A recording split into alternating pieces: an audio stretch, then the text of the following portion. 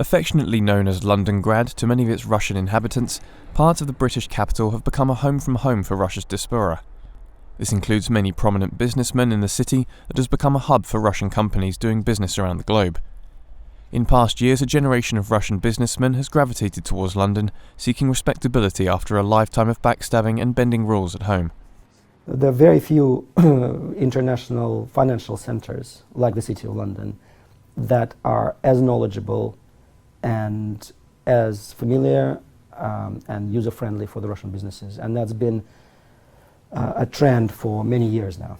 But recent events in Ukraine and the threat of sanctions on Russia have created a climate of uncertainty that could see London losing out. On Wednesday, Britain warned President Vladimir Putin that Russia could face permanent exclusion from the G8 if the Kremlin took further steps against Ukraine. British Prime Minister David Cameron said Russia would face economic sanctions if he took further steps to destabilise Ukraine, such as sending troops into eastern Ukraine. Consequently, 2 Russian IPOs have already been postponed, as the crisis in Crimea dents appetite for Russian stocks.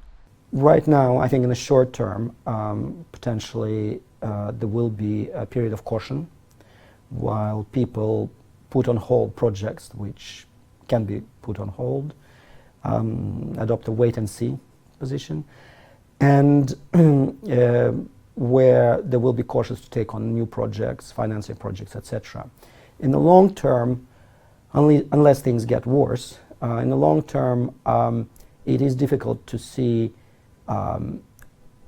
for an easy replacement for the City of London where Russian business is concerned. Nearly 70 Russian companies are listed on London markets, including the likes of energy giants Rosneft and Gazprom. Most have floated in the last 10 years, with IPOs totalling over £30 billion. The most recent was hypermarket chain Lenta, raising nearly £600 million at the end of last month. But according to NAB's Tom Vosa, it might not be a bad thing if the business dries up.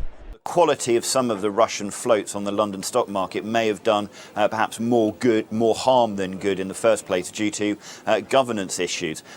Clearly in terms of fees for lawyers and accountants and indeed the sponsoring banks, they might be a bit lower, but perhaps London might need to look at cleaning its act up, and perhaps avoiding some of this business would not be a bad thing.